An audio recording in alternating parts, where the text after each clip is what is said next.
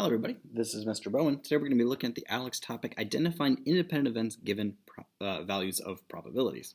So we have four different situations here where we have probability of A event happening, probability of the B event happening, and then either a conditional probability or a compound one here.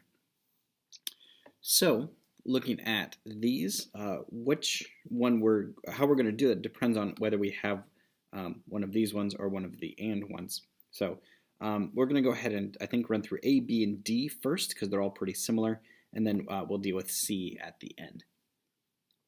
So looking at this one, in order to see if this is independent or not, I only have these three pieces of information.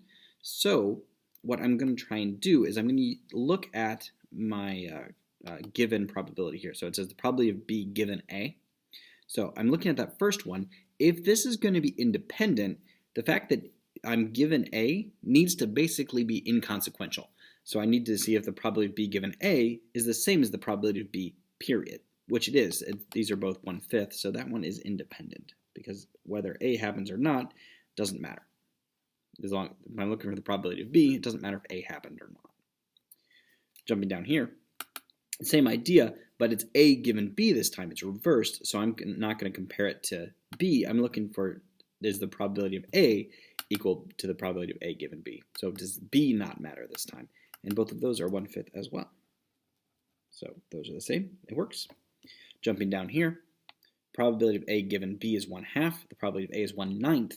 Those are not the same, so those are not independent, or to get rid of the double negative, they are dependent.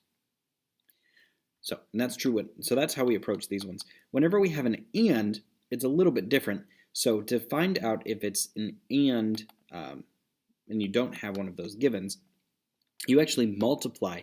So it's the probability of A times the probability of B. So it looks like this.